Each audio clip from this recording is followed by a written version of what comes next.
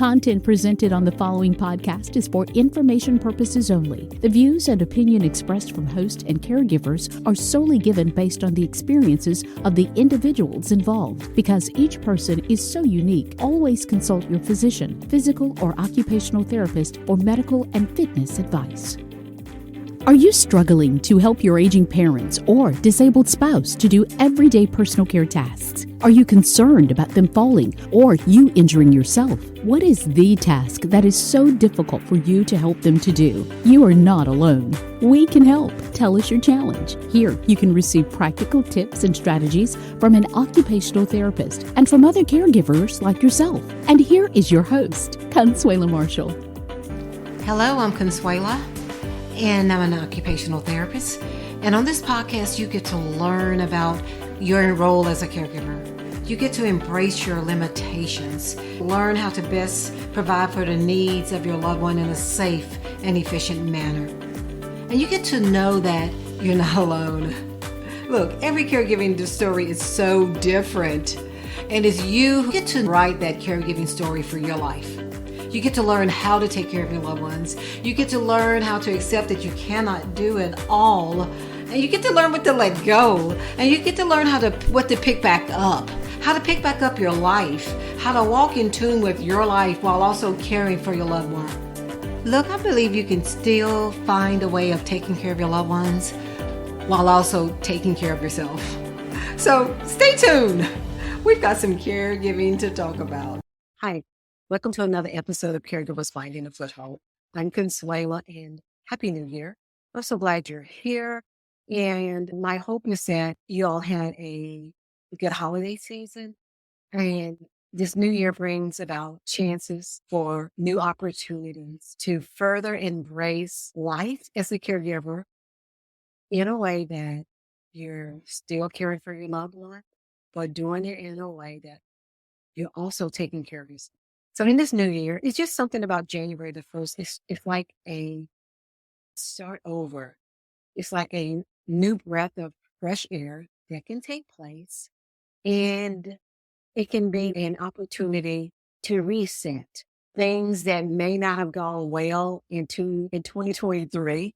And just an opportunity to look at things in a fresh eye and just look ahead into what can I do differently to be more connected to my life and to be able to celebrate my life more outside of my role as a caregiver. In 2023, in the last week and in the beginning of 2024, on the social media platforms are all of the reels that people create. They may highlight events that were wonderful in their life from January to December, where they may, in this 60-second clip, highlight the weddings, all of the promotions, all of the vacations, all of those things. And those are good things, but at the same time, they're not showing the things that didn't go well. And while it's not a bad thing to celebrate the good things, at the same time, those who are looking at those videos, and especially as caregivers, who don't get to go to all of the events, go on the vacations, do all of those things that they see, it's easy to say, good for them, but I don't get to do that. I want to challenge you to right now, in the beginning of this new year, start to think right now what you would like the real for your life to look like at the end of 2024. And what I want you to do is realistically say to yourself, what are some things that I would like to do that I did not get a chance to do last year? And how can I make those things happen for you? Many caregivers think that while they're in the role of being the caregiver, that they just don't have time for all of that. But I want to really caution you to change your frame of mind when you're thinking that, because what you may need to consider is, no, I may not have that amount of freedom. I may not have that type of support that allow me to do the frequency of things that other people do, but there are things that I can do. They may look very different from what you were accustomed to doing. You we're accustomed to being in a certain location and doing things in a certain manner in order to see it as being a fun activity. But those fun activities can still happen, but they may look a little bit different in the confinements of your time availability as a caregiver. But those things can be still very fulfilling in your life. Maybe those times of being with your spouse may have a lot of interruptions in that you don't have those big vacations, those big getaways, those things that you all were accustomed to doing, but there's still a lot of value into maximizing those little opportunities to still celebrate time with your spouse and enjoy the quality of time that you do have. And not just with your spouse, with every area of your life. So we're going to talk more about that. What are those opportunities that you can make available to yourself? How can you make 2024 be the year that you can really add back in things in your life? So number one is that you got to really say you want it and say, look, I believe it can happen. And I am going to see what I can do to the best of my ability to make it happen. Look, you may not get to do everything on a list that you can create, but that's life. That's what all of us, we all make plans, and some of the plans materialize and some don't, and that's just part of life. But as you continue to do this and you continue to create a system by which you have a team of support, people that can assist you in accomplishing this time that you will need for yourself in 2024, it makes it well worth the while of going through some trials and errors to get to where you want to get to throughout the course of the year. So the first thing is believing it and wanting it and believing that it can happen. And then number two is expressing your need and build your team. You want to start talking to people right now, family members and friends, thinking, especially of the ones that have offered to help, and you may have said, "No, that's okay. I don't need to go. I'll be okay. Well, nobody really knows how to take care of mom but me, and well, I've got to stay here and do this. So she's not going to let anybody help her but me." It's time to move away from that. You want your life to change. And I know for me, at one while in my caregiving role, when I was caring for my mom, there was a point that I felt that I had to do things because I was the occupational therapist in the family, that I can do this. I mean, I could do transfers. I could do all of this.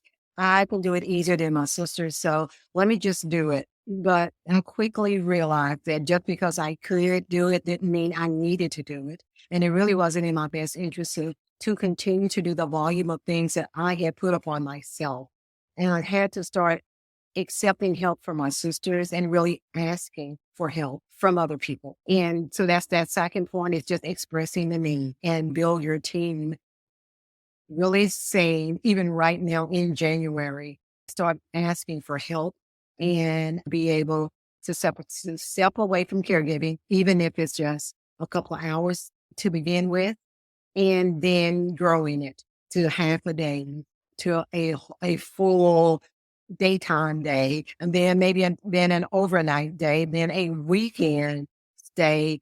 And if things were continue to progress, even having extended several days away from caregiving, because you're going to slowly build your team to allow for that. So just believing it in that you want it to happen, and then expressing a need to those that are in your circle, and really thinking about those who've offered. And then the next one is advanced planning. It just requires a lot of advanced planning. So with the advanced planning, it means it's January right now, but you already know you have a brother who always has this big celebration in April. It's his birthday, and it's always been the big thing. And you didn't go last year, and you maybe didn't go the year before. Birthdays don't change.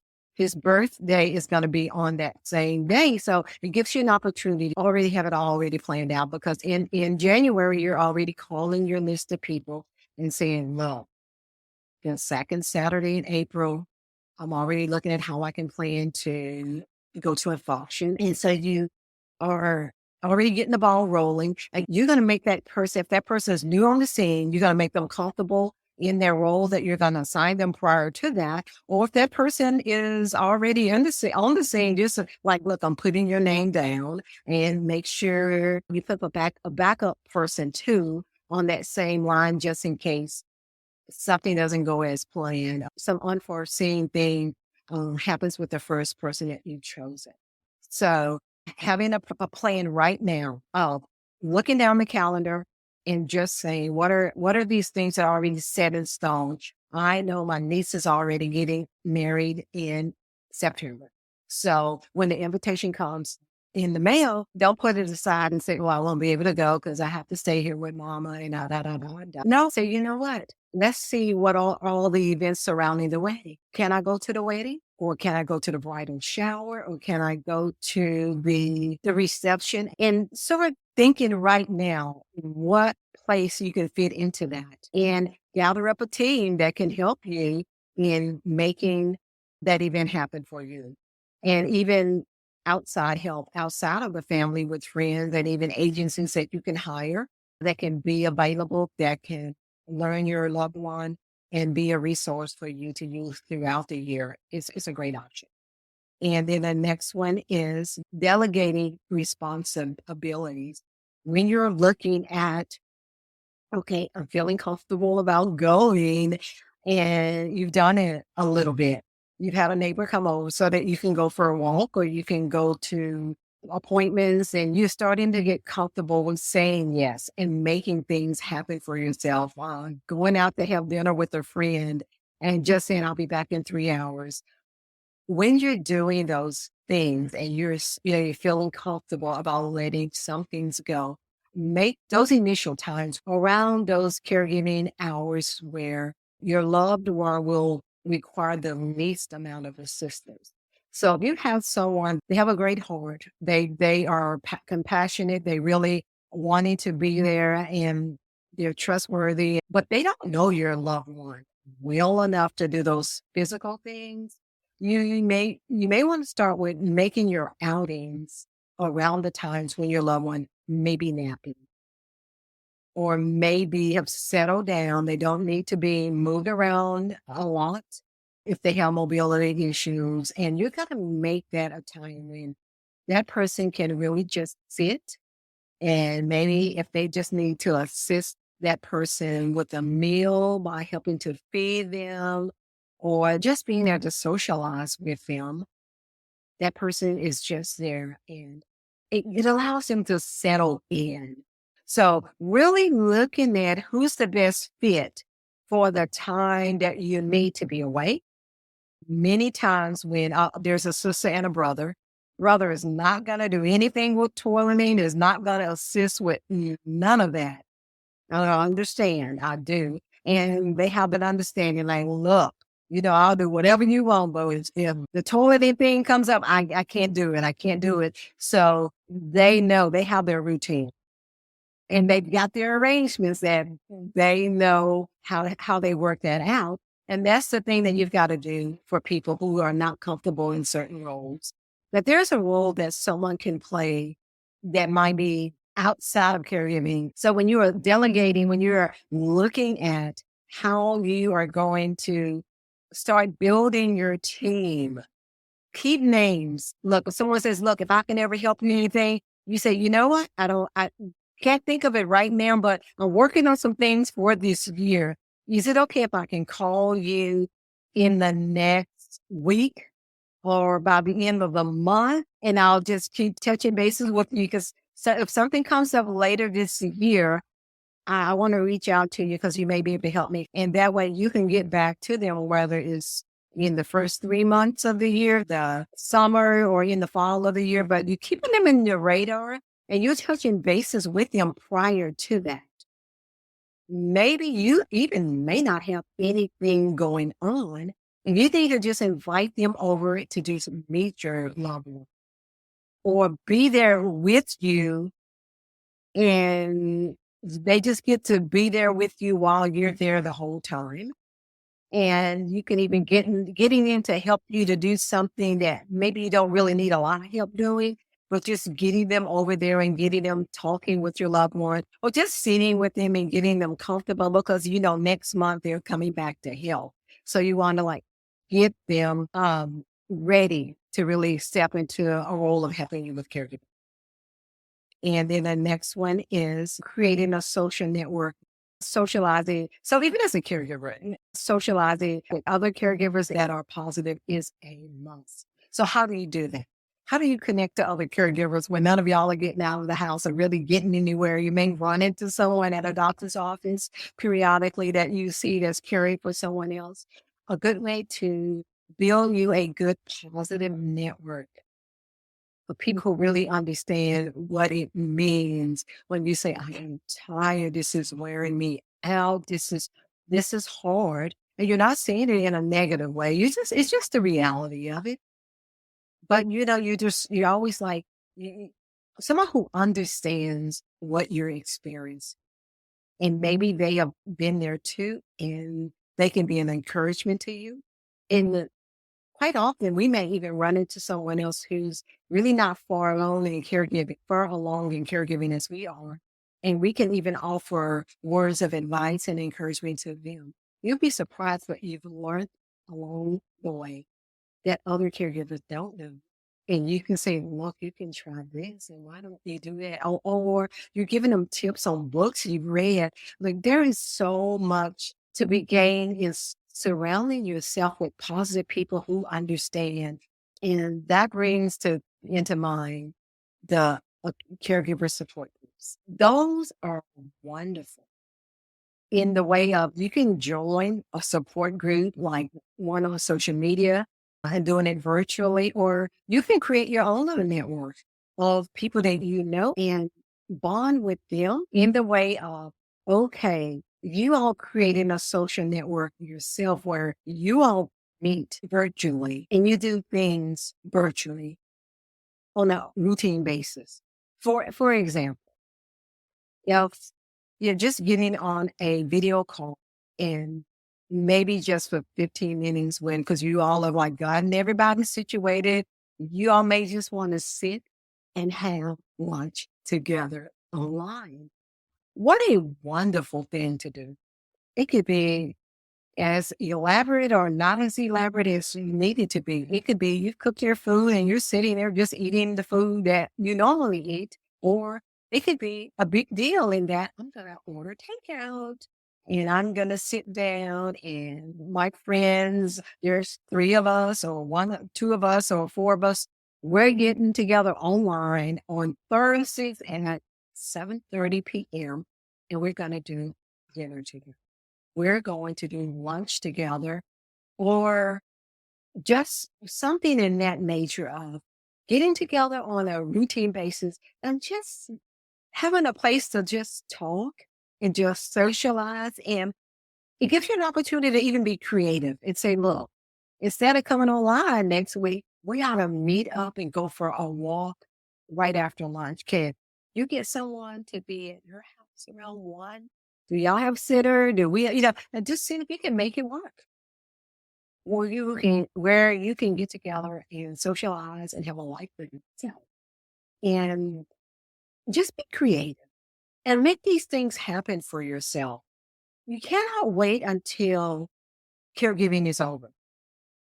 Caregiving can sometimes last for years at the expense of you being isolated from children who are growing and they're growing apart from you because you're always taking care of parents, your grandchildren that never really get that bond with you because you didn't have the time to go over or they didn't get the time to come over because caregiving was always something that was in the way.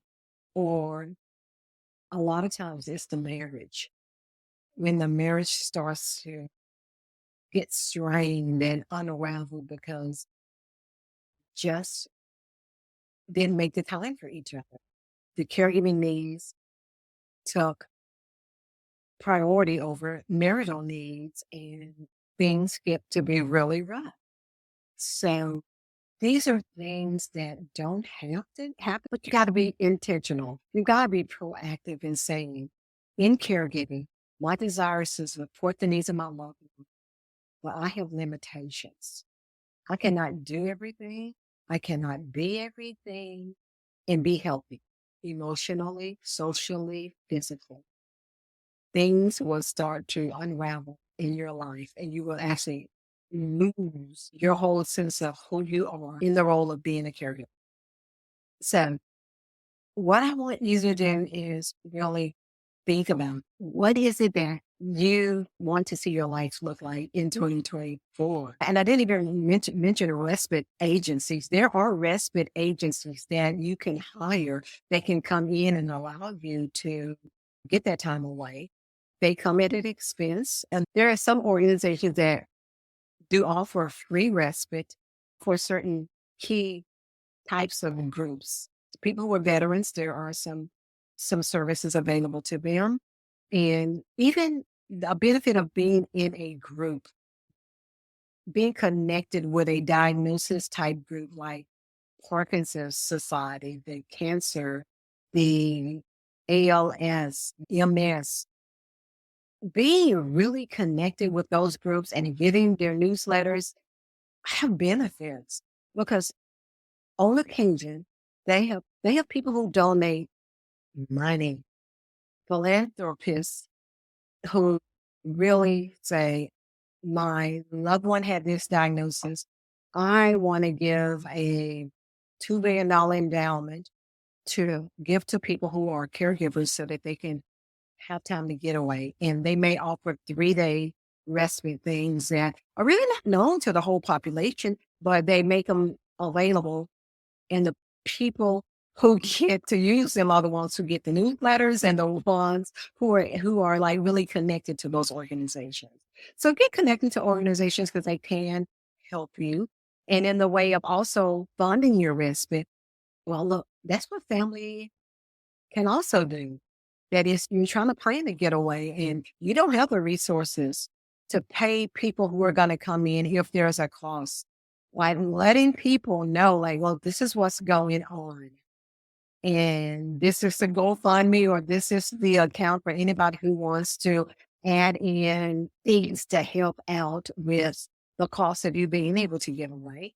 Or maybe they can take on an expense of paying certain bills for the year or certain months in order for you to save that money that you can utilize to be able to fund getting away so that you can have outside time for yourself. So look, I'm wrapping it up with that and I'm giving you food for thought that first of all, you've got to think it, I- don't just look at what everybody else is doing and thinking it's just for them. It's not meant for you because you're caregiving. No, you can still enjoy your life and do things that you like to do, but it's going to be different. But there are still opportunities for that to happen. It can happen outside of the location where you're caregiving, or if you're limited on being able to separate physically, you can bring those things to you.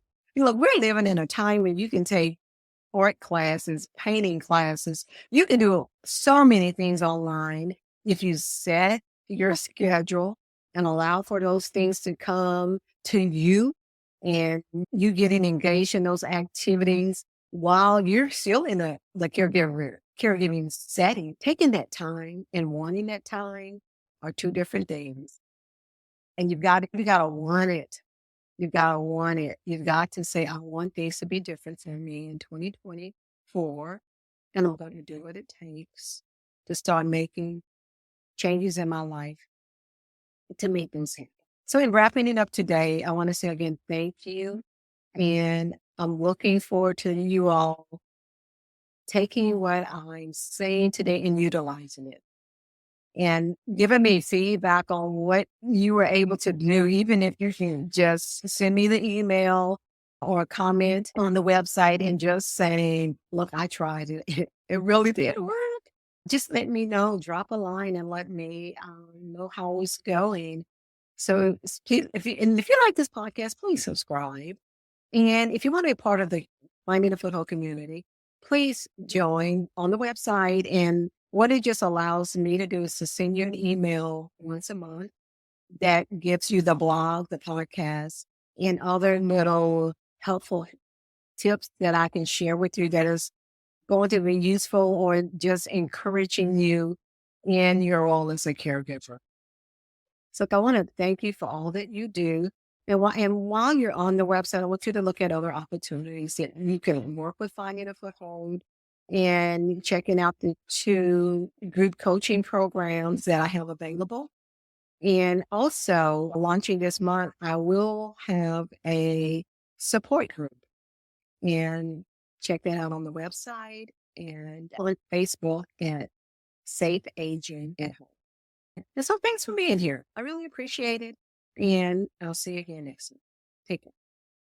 Thank you for tuning in to this episode of Caregivers Finding a Foothold. We hope you found information that was useful and encouraging to you. And we want to invite you to visit the website, findingafoothold.com, and look at the resources that are available to you there. And also, we encourage you to follow us on our social media accounts, findingafoothold.com, on Facebook, LinkedIn, and Instagram. And thank you so much for being a caregiver. And our desire is that you find your foothold in caregiving. Thank you so much, and we'll see you again on next episode. Take care.